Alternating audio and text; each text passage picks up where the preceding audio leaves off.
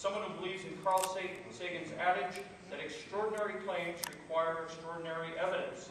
He also loves, who writes these long intros? He also loves to incorporate critical thinking about various pseudo and non-science topics into some of his physics demonstrations, what he calls sacrificing himself for science. I think you're going over the time on the intro. Yes, I think so too. And he's here to perform another skeptical physics lesson for your enjoyment and wonder, Matt Lowery. Woo!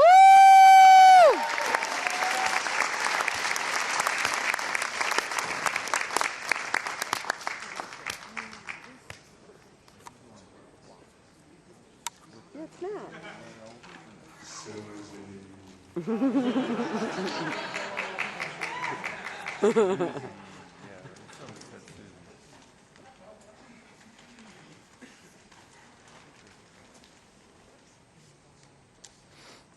I have to say, when I heard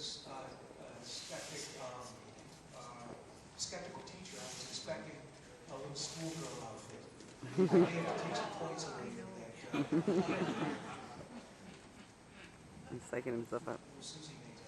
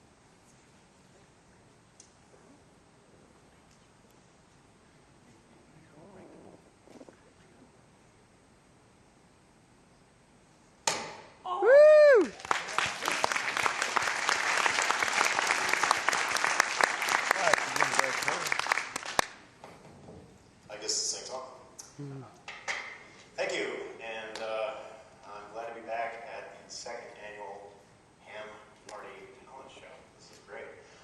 Those of you who were last year remember that I performed a rather impressive physical feat, the bed of nails.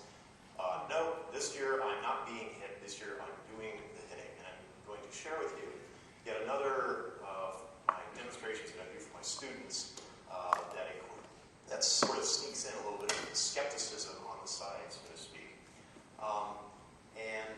One of the things I wanted to mention here as we go along, we'll get the slightly more theatrical version of the demonstration that I do, is, for example, when we talk about karate demonstrations like the one I just did, where you break a board with your bare hand, okay? And that's a kind of impressive physical feat. A lot of people are rather impressed to see something like that.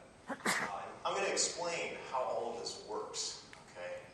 But before I get into this, I want to point out that if any of you have ever paid attention to martial arts for any amount of time, you've heard a number of, how shall I say, interesting explanations for how stuff like this works. You hear about concepts such as chi, or ki, or qigong, okay? Various supernatural, paranormal explanations to explain how it is possible that a human being can take their fist, or their foot, or their head, and break things like this, okay?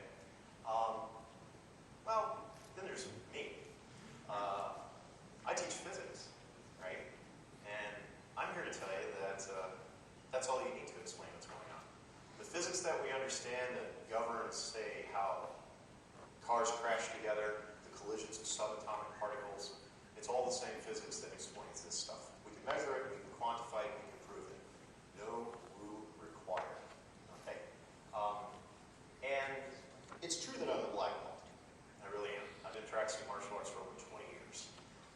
But when you really get down to it, and you start to strip away some of the pageantry,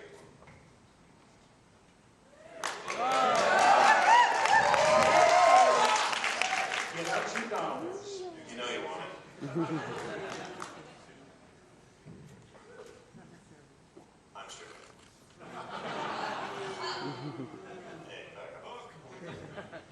And you start to get past all of the costumes. Then you really get down to the nitty-gritty. I gotta have something to hold the mics. Okay. And you really get past all of the window dressing. What really it boils down to is the physics. And I want to point out basically how I just did that first break. Okay. The way I was able to do that first break, first of all, you have to understand whenever you see these kind of board break demonstrations, it's always contrived. Okay. When Susie was holding the board, you notice that she stood in a very specific way. Right? She wasn't just kind of hanging out. Right? She stood in a very specific way, and I coached her earlier today on exactly how to do this. Okay. And she had her arms locked. She had a very wide stance so that when I struck, she wouldn't bounce back and fall over. She leaned in a little bit, and the arms being locked is a really big part of it, because when the arms are locked, they don't act like shock absorbers, and that's a key thing. Because when you do these kinds of strikes and you want to break the board, you want to generate a lot of force of impact. Well, to generate this force of impact, you need a small time of impact. And if the arms are loose and they act like a shock absorber, that increases the time of impact. Okay? It's the same principle behind an airbag, except in reverse. In addition, you want to generate a lot of force, you have to use a lot of mass behind the strike. This is why boxers don't just punch with their arms like this. Good boxers, they twist their body into it. Okay? And if you paid very close attention and you watched what I was doing, I was twisting my body. I know some of you were looking at this general area. Yeah. You're sick like that. It's okay. Right? So you twist your body. And even when you twist your body, if you do it properly, you don't need any much more space than about this in order to break through the board. Okay. So there's a lot of tips and tricks. For example, here's another one for you, speaking of contriving the situation. What kind of wood am I using? Fine. Pine. Not balsa. Thanks, I'm trying to make it easy on you. This is pine, okay? 3/4 inch thick pine. This is standard for karate demonstrations, right? Why don't you ever see anybody do this with oak?